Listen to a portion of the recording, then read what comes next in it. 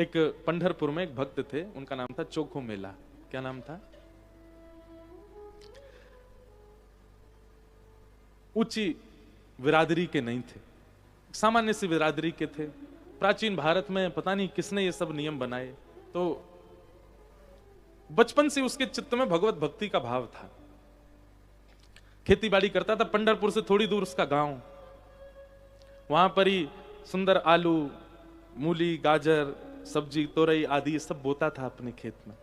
और सब बोने के बाद जब ऋतु की पहली फसल और पहली सब्जियां जब प्रकट होती थी, तो सब कुछ जैसे निकालता था, उसके मन में आता था कि ये अब सामान्य तो सोचेंगे इसकी सब्जी बना के हम पाएं, पर उसके मन में आता था ये तो मैं पंडरीनाथ मेरे विठोबा को प्रदान कर दूं।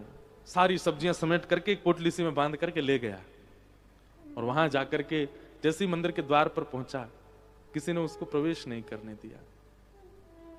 बाहरी किसी को पधरा दी सारी सब्जियां, उन्होंने भी भोग नहीं लगाया, बोले कि अरे इसके हाथ की सब्जी ठाकुर जी को जाएगी।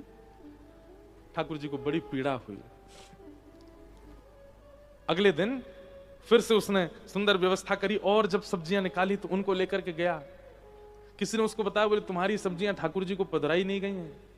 तो आज वो हठ पूर्वक मंदिर में प्रविष्ट हो गया, भीतर चला गया, ठाकुर जी के सन्मुख पधराने लगा। पुजारियों ने झुंड बना करके और कुछ लोगों ने उसको पकड़ करके खूब पीटा। तू घुसा कैसे भीतर, तुझे अधिकार नहीं आने का। जैसे ही उस पर हाथ उठाया, पंडरीनाथ भगवान ने भीतर से अपनी किवाड़ बंद कर ली। पुजारियों ने देखा कि कोई भीतर है क्या, बोले कोई नहीं है भीतर। फिर मंदिर कैसे बंद हुआ? खूब प्रयास किए, ठाकुर जी ने मंदिर नहीं खोला।